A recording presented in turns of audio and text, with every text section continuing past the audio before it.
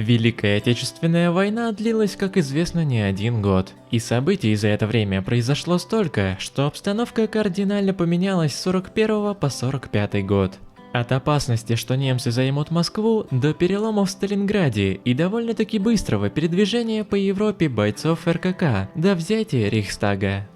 Соответственно, отношение к пленным у советских солдат было далеко не одинаковое в разное время. Но не только время играло свою роль.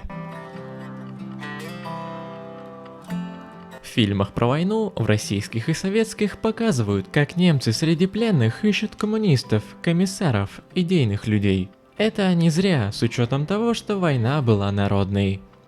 Русские солдаты тоже хуже относились к тем, кто воевал, скажем так, не по призыву, а по убеждениям, например, в СС. Эти люди редко могли рассчитывать на пощаду, и бывали случаи, когда солдаты СС старались избавиться от формы и знаков, свидетельствующих, что они входят в состав Невермахта. Если все же ориентироваться на время, то изначально злобы к немцам мало кто испытывал, к пленным немцам.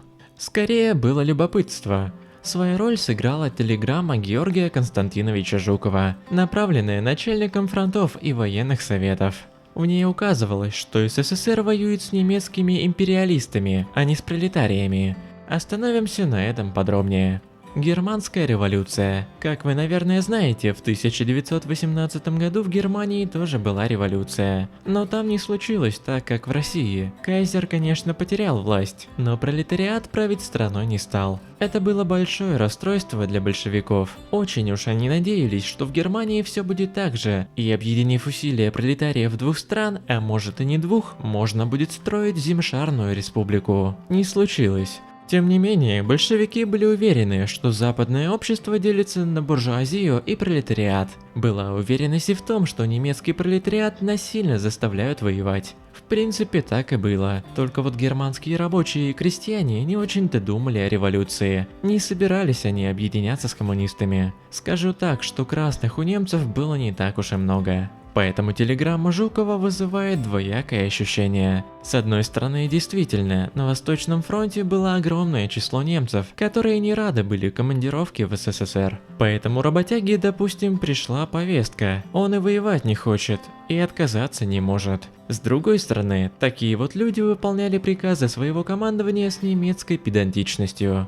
В песне «Комбат» солист группы Любэ, его лирический герой обвиняет войну, говорит, что она дурная девка. Человек на войне меняется, факт, и преступления на территории СССР совершали не только эсэсовцы, но и обычные солдаты, которые уверовали во вседозволенность. Когда советские бойцы прошлись по деревням, оставленными немцами, мало у кого сохранилось настроение в духе «воюем с буржуазией, а немецкие пролетарии – наши братья». Были и самосуд, и всякое бывало. Но были и такие солдаты Гитлера, к которым, когда они попадали в плен, относились неплохо, и может даже очень хорошо.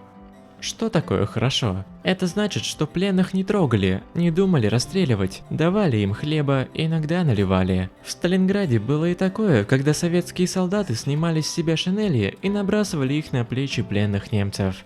Про город-герой и про то, как там обходились с военнослужащими Германии, вспоминал Федор Ильченко, тот человек, который нашел Паулюса в Сталинграде. Офицер вермахта Вольфганг Морель вспоминал, как попал в госпиталь во Владимире. Там на немца мало кто смотрел со злобой, как минимум встречали нейтрально, а бывало, что и угощали. Кого уважали? Было несколько категорий солдат. Первое – смельчаки и герои. Вспоминается подвиг Николая Сиротинина, который один очень долго держался против немецких танков и бронемашин. В конечном итоге гитлеровцы ликвидировали бойца, но они же хоронили Сиротинина со всеми почестями. Советские солдаты тоже уважали смелых немецких военных, так заведено на войне. Второе. Если не уважали, то нейтрально относились к раненым бойцам. Рассуждали нехитро. Если получил ранение, значит не потерялся, смело сражался. Не какая-нибудь штабная крыса. Война страшная, но интересная вещь. Там свои понятия. И есть, наверное, сила искупления кровью. Если был ранен, вроде как и простить нужно. Сюда приплюсует русский менталитет. Слабых нам жалко.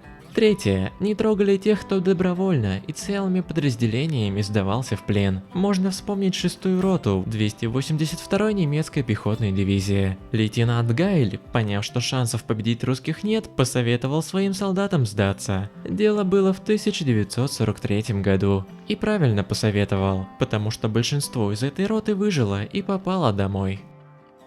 Если вам понравилось, не забудьте поставить лайк, подписаться на канал Загадки Истории и нажать на колокольчик, чтобы не пропустить новые видео.